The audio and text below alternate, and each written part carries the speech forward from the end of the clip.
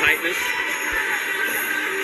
And I don't even know if that's load management. Obviously, he has some issues with his hamstring. He tightened up with his groin.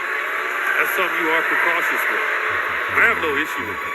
I just have an issue with guys not hurting, but they take precautions because they don't want to get hurt. That's the part that kind of gets under my skin a little bit. But this is where we are, though, with the NBA. That you really got to do your research to know when you go to a game who's going to be here. Well, I was talking with the Lakers. Yeah, I was talking with the Lakers broadcaster before the game tonight. Of course, the great Stu Nance, wonderful man. He's part of that Lakers broadcast team. Is Ayton leaping high for the lob, and Patrick Beverly will be whistled for the foul.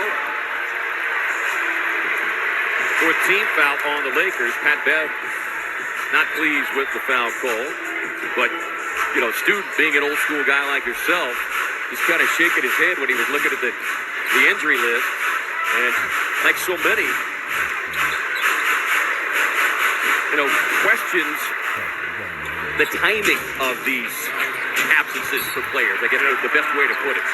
As I noted that they were stunned that Russell Westbrook was not going to be in uniform tonight. Well, it is a time where if you were playing a team that you competed with over the years, you're not missing that game, regardless of anything, right? So if you're the Clippers, you're not like losing a chance to play the Suns last week at full strength. If you're the Lakers, you're not losing that chance. If you're the Suns are playing the Lakers, everybody plays. It's just a different period where we are with the mindset of conserving guys or preserving them. However you want to put it. And, it's hard for me to comprehend that. Next, Christie into the Los Angeles lineup. Mikhail doesn't comprehend it. Well, no, to the tune of Patrick Beverly. 339 straight games. That last penalty, by the way, put the Lakers in the penalty as Darvin Ham expressing his frustrations with the call. First foul on Beverly.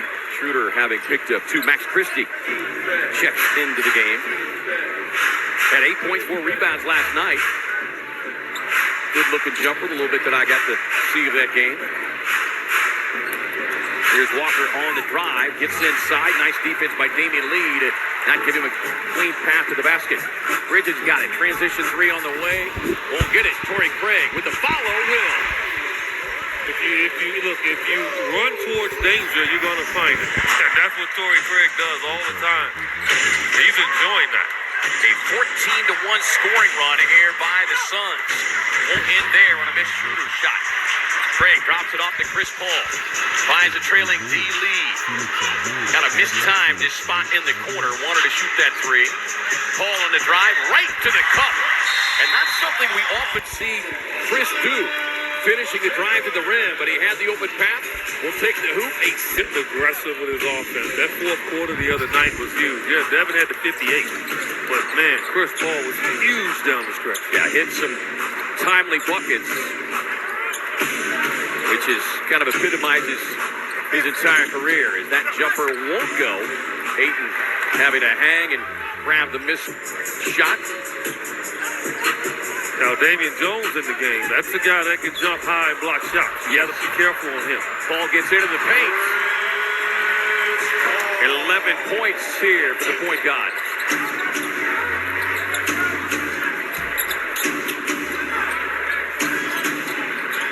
Walker trying to find some space in the corner. Torrey Craig will not provide it. Bridges extended the defense here on Schroeder. Comes in with a running right-hand hook off the glass. Nice finish there for Dennis Schroeder. Boy, Schroeder's good with that. I mean, he's one of the quickest players in the league off the dribble. He can get his shot off over the top. Anybody. Had 12 points last night. Last couple of games averaging better than 13.5 points. 5.5 assists. Bridges puts it on the deck. Rumbles to the rim. He knew he had to dunk that because Damian Jones will go up and knock that away. He was in a Suns uniform for a short stint. These guys know he can elevate. Man, Bridges is able to set that up, Eats, because of his proficiency to knock down the three. The defender running at him, and Wisely puts it on the deck. That's it. It's that progressive offense. His three-point shooting now has allowed him to be able to even get more greater opportunities. Payton working the low post, facing up.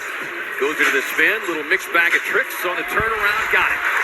9 for Ayton. Making his return after being sidelined 2 games with a left foot issue. Mild ankle sprain. Schroeder surgering back and forth. Shamet closing out.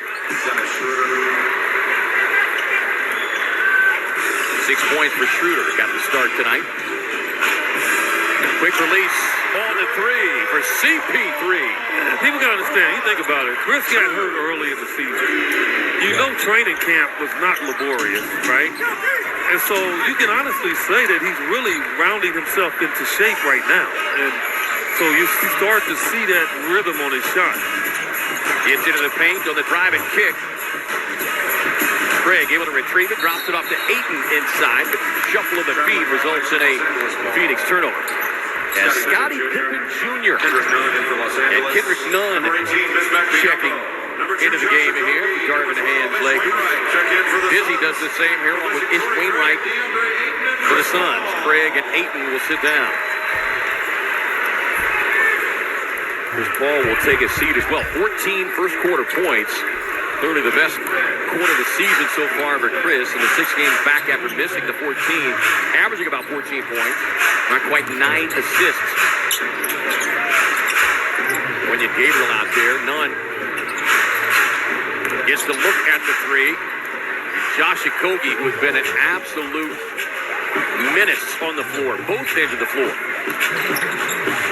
Wainwright spots up behind the stripe. And Jones will let that one trickle out of bounds. 2 minutes to play in the period. My message to guys like Wainwright and Shamet, Okogie, is like, you're going to get the threes. Man, get your rhythm first. Like, you're in the bonus now, get aggressive. I mean, there's just so many ways to get your rhythm quickly into a basketball game. Well, and you say it all the time, why, a number of reasons why, bench players have to pay attention to the game. But when you come in this situation, as you point out, knowing the Suns are in the bonus.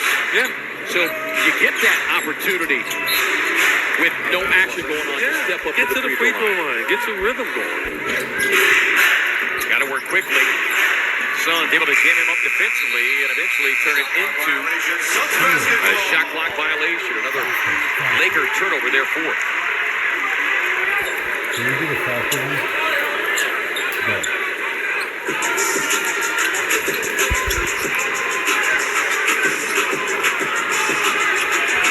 3 turnovers on the Lakers. Suns have capitalized with 5 points off of Bridges. Gets to that mid-range.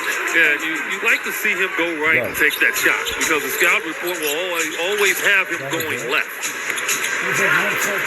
Evans Jr. out there. Played in 15 G League games for the Lakers. Here's Max Christie, as I said, knocked down a couple of jumpers last night. Winion Gabriel using that length inside. Yeah, you got to block him off. I mean, he is a jumping jack. 6'9", 205, played 2 years at Kentucky. He'd been out the previous 7 games with a shoulder issue, so Darvin Ham happy to have another healthy body on the floor. He's in their rotation. Shamet gets the look and likes the result. Boy, this is the kind of game where maybe Landry can get out of his shooting funk. He's been in single digits 5 of the last 6 games. Nunn working off the screen, gets into the paint. Left hand, too strong. But able to poke it away from Bismack Biyombo. Getting the final shot of the quarter here. Final 14 seconds.